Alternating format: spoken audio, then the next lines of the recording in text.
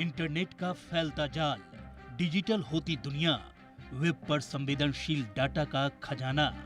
लेकिन अब इस डाटा में कोई सेंध लगा रहा है तो कोई इसे डार्क वेब पर बेचने की तैयारी कर रहा है। यानी हमारे डाटा पूरी तरह से सुरक्षित है, ये कहना मुश्किल है। फिलहाल तो दिल्ली पुलिस ने डार्क वेब पर भारतीयों की निजी जानकारी बेचने के आरोप में 4 लोगों को गिरफ्तार किया है। ये आरोपी आईसीएमआर के डाटा बैंक से लीक हुए संवेदनशील डेटा को डार्क वेब पर बेच रहे थे। ये ऐसा पहला मामला नहीं है जब डार्क वेब पर निजी जानकारियों की बेचने की कोशिश की गई। इससे पहले इसी साल अक्टूबर में भी अमेरिकी साइबर सिक्योरिटी फर्म रीसिक्योरिटी की ओर से 81 करोड़ से अधिक भारतीयों के आधार और पासपोर्ट का डाटा डार्क वेब पर बेचे जाने का दावा किया गया था। पहले समझते हैं कि आखिर क्या है डार्क वेब।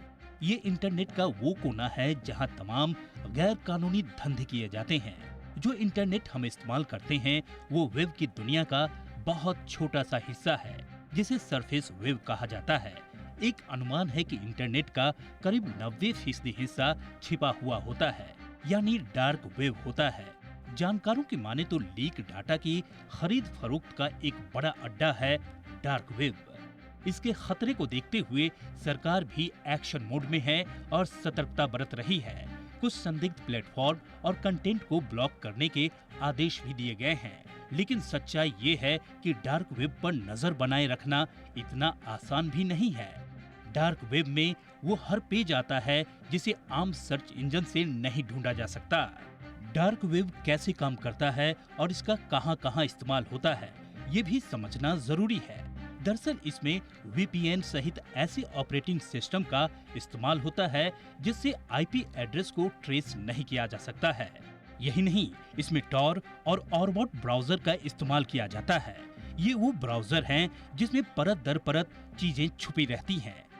डार्क वेब पर ब्राउज की जाने वाली वेबसाइट के अंत में .com या .in नहीं बल्कि .onion होता है। यानी जो भी डार्क वेब का इस्तेमाल कर रहा है वो उस पर क्या कर रहा है, किस तरह की डील पक्की कर रहे हैं, इसका पता नहीं लग पाता।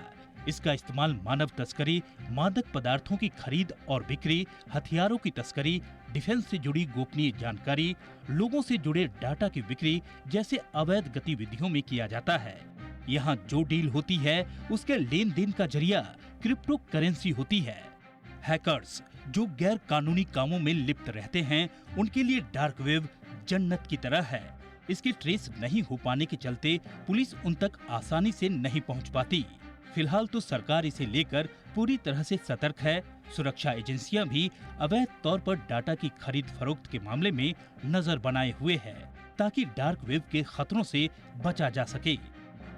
ब्यूरो रिपोर्ट, जी मीडिया।